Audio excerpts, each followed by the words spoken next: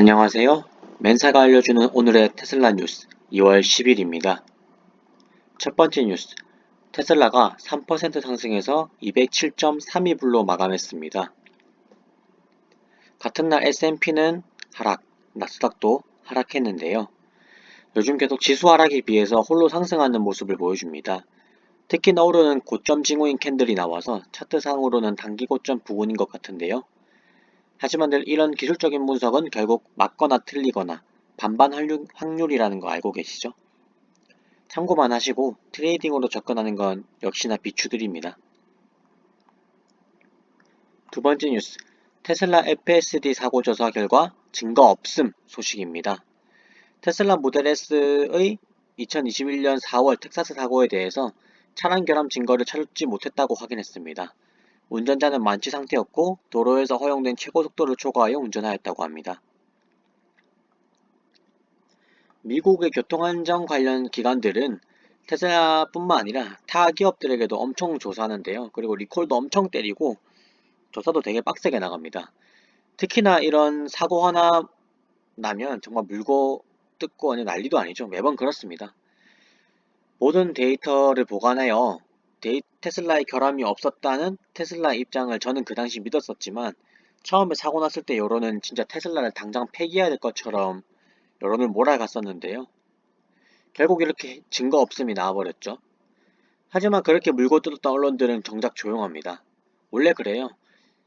원래 지금 어느덧 언론들은 진실을 추구하는 집단이 아니라 유튜브 마냥 조회수가 중점이니까요. 그것이 바로 그들에게 돈이 되니까요. 그렇게 테슬라를 깎아내리면 조회수에도 도움이 되고 전통 산업에 크나큰 파괴적 혁신을 가져오는 테슬라도 동시에 깎아내리고 일석이조입니다. 그들에게 팩트가 중요하냐고요? 아닙니다. 일단 주장하고 그냥 아님 말고입니다. 일명 카드라 통신이죠. 뭐 누가 이랬다더라 그런 것처럼요. 광고주인 정통 산업을 옹호하고 광고에 돈 1원도 쓰지 않는 테슬라를 비하하고 널리 보아서 전통 산업의 파괴적 혁신을 가져오는 일론을 비하하고 보다 자극적으로 기사를 써내려갑니다. 유튜브도 마찬가지예요. 사실 여부가 중요한 세상이 아니게 되었습니다. 사람들이 듣고 싶은 건 사실이 아니라 그저 자극적인 뉴스니까요. 지금은 테슬라에 대해서 누군가 거짓을 떠들어대도 그것에 대한 사실을 말해도 그냥 테슬람이라고 깎아내리기 바쁩니다. 진실을 쫓는 데 중점이 되어 있는 게 아니라는 거죠. 거짓은 그냥 누가 그랬다더라, 그렇다더라, 그냥 떠들면 그만입니다. 그냥 아님 말고식으로요. 뭐 누가 그랬다던데? 아님 말고. 하지만 그렇게 거짓을 팩트로 진실로 주장하려면 몇백 배의 노력이 들어갑니다. 관련 자료도 찾아서 수치적으로 이것이 왜 거짓인지 입증을 해야 된다는 거죠. 몇백 배의 노력을 들여서 이렇게 진실로 입증한다고 한들 소용이 없습니다. 사람들에게는 이미 거짓이 진실로 생각되었기 때문이죠. 이미 이미지가 안 좋아진 겁니다. 그래서 우리는 항상 정보를 의심하고 생각하고 분석해야 됩니다. 요즘엔 더더욱 그렇죠. 괴벨스가 그랬습니다. 나치에서 뭐 그런 언론을 좀 사람들을 흔히 뭐 쉽게 말하면 사람들을 혼동하는 역할에 있던 사람인데요. 자기에게 뭐 단 한 문장만 주면 사람들을 전부 다 혼동시킬 수 있다고 말이죠. 그리고 제가 앞에서 말했던 거짓을 주장하는 것이 있지만 그 거짓을 진실로 입증하는 것은 훨씬 어렵다 라고 말한 것도 사실 괴벨스입니다.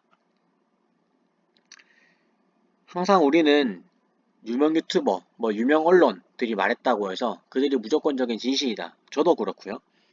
라고 생각하지 마시고 항상 스스로 그 기사들을 좀 더 찾아보고 분석하고 고찰하는 능력을 키워야 될 겁니다. 요즘 챗GPT도 되게 말이 많은데 챗GPT가 이제 인터넷에 흘러가 있는 정보들을 잘 모아서 우리에게 필요한 정보를 딱딱 포인트로 집어서 말을 해준다고 하지만 그 정보 자체가 잘못됐을 수도 있어요.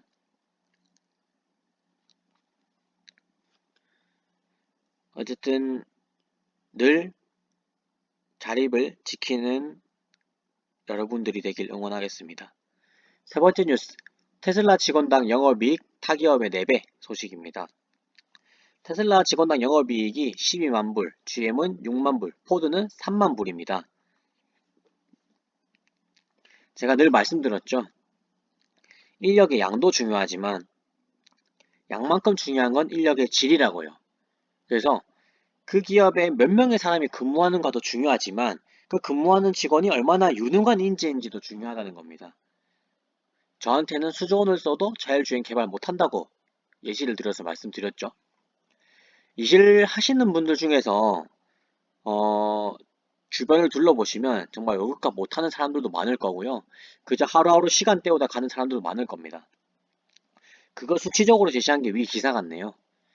제가 내연기관 업체들이 왜 몰락할 수밖에 없는지 말씀을 드렸었는데 그들은 그저 그냥 자기 밥그릇만 챙기면 그만입니다. 발전 욕망이 없어요. 편한 걸 추구하고 변화를 두려워합니다. 폭스바겐은 전기차 도입을 적극 추진하고자 했던 CEO를 자르기까지 했죠. 물은 고이면 썩기 마련입니다. 썩어버린 집단은 이렇게 직원당 영업이익이 최악이죠. 내 월급이 중요하지 회사의 미래는 안 중요하거든요. 나만 안 잘리면 그만입니다. 나만 편하게 일하면 그만이에요. 그들은 전기차 도입을 못해서 회사가 망해도 괜찮습니다. 왜냐면 내 임기 내에만 안 망하면 되니까요. 입으로만 열심히 전기차를 한다고 떠들어서 사람들을 선동시킨 뒤 최대한 기업을 연명시켜서 내 임기 내에만 안 망하면 그만입니다. 그 이유는 신경 쓸 필요가 없어요. 어차피 내가 나왔으니까. 그게 아마 현 썩어버린 집단의 상위 관리자들의 생각일 겁니다. 그게 썩어버린 집단의 현 노조들의 생각일 거고요. 물론 그 중에서도 열심히 하시는 분들이 있겠지만 언론에서도 거짓이 진실을 이겨버리듯 아마 그런 분들의 의견은 묵살될지도 모릅니다. 그런 열정적인 분들은 열정을 뒷받침해줄 다른 회사를 찾아 떠나겠죠. 악순환의 반복이 시작되는 겁니다. 네 번째 뉴스, 테슬라 세미트럭 슈퍼볼 이벤트를 위해 준비 중이라는 소식인데요. 이번 주 일요일 슈퍼볼을 앞두고 테슬라 세미트럭이 포착되었다고 합니다. 슈퍼볼이 그냥 단순하게 제일 강력한 광고 수단이다 라고 생각해 주시면 되는데 예전에 일론 머스크가 슈퍼볼에 출연한 적이 있죠. 그때 일론 머스크가 사이버 트럭을 타고 가서 엄청 화제가 많이 됐었는데요. 그때 뭐 길가에서 사이버 트럭 사진 찍어서 올리기도 하고 주차되어 있는 사이버 트럭을 막 사람들이 구경하기도 하고 막 그랬었습니다. 그때 중간 광고를 루시드가 엄청난 돈을 지불하고 광고를 했었죠. 테슬라는 그때 돈을 썼을까요? 슈퍼볼에서 일론한테 출연료를 주면 줬지. 테슬라는 광고에 돈 1원도 안 씁니다. 근데도 이렇게 큰 광고를 돈도 안 쓰고 심지어 메인을 차지하고 있는데 타기업은 돈도 많이 써가면서 그냥 중간 광고를 들어갑니다.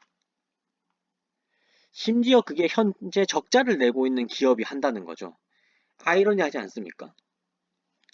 타기업들이 광고 내는 돈이면 테슬라는 그냥 기가팩토리 하나 짓습니다. 그 정도로 광고 비용이 많이 들어가요. 왜 언론들이 테슬라와 일론을 적으로 두시는지 아시겠죠? 그들이 광고 주니까요. 테슬라는 광고를 하지 않으니까요. 너무 심플한 이유입니다. 이번 슈퍼볼도 마찬가지고 저번도 마찬가지고 이게 진짜 아이러니하다는 거를 공감해 주셨으면 좋겠네요.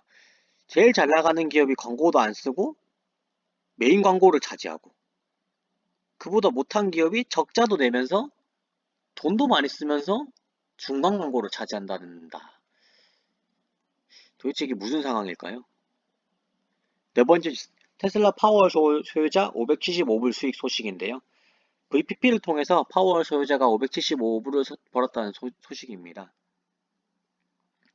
VPP를 아시는 분들은 아시겠지만 잘 모르시는 분들을 위해서 말씀드리자면 테슬라 파워월이라는 게 있는데요. 그러니까 뭐 한마디로 쉽게 말하면 그 에너지 저장 장치입니다.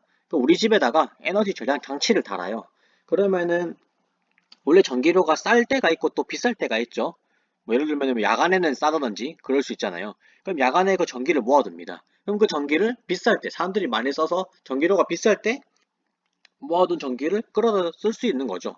그리고 이 전기를 다른 필요한 사람한테 줄 수도 있는 겁니다. 근데 그냥 주냐고요? 돈 받고 파는 겁니다. 그게 발전소죠. 발전소가 전기를 발전시켜서 팔잖아요. 남부 발전이 뭐 한전에다 팔고 그런 것처럼요. 어쨌든 우리가 가상의 발전소가 되어서 한전에다가 전기를 팔 수도 있다는 겁니다. 그렇게 쉽게 생각하시면 될 것 같은데요. 즉, 우리 집에 남는 전기를 필요한 사람한테 팔아서 돈을 버는 구조다. 이게 바로 VPP입니다. 테슬라가 그리는 지속 가능한 에너지로의 전환이자 테슬라 생태계의 큰 축이라고 보는데요.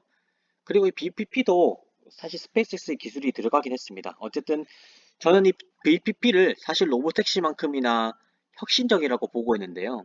하지만 이걸 아는 사람들은 테슬라의 진짜 투자자들밖에 없죠.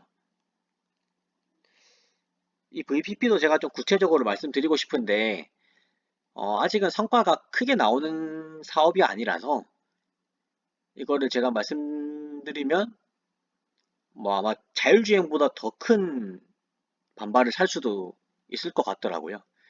어쨌든 좀 테슬라를 좋아하신다 라고 하시는 분들은 이 VPP를 알아보셔서 얼마나 이게 로보택시에 버금가는 중요한 사업인지 공감을 해주시기를 바라겠습니다. 매사가 알려주는 오늘의 테슬라 뉴스는 여기까지입니다. 감사합니다.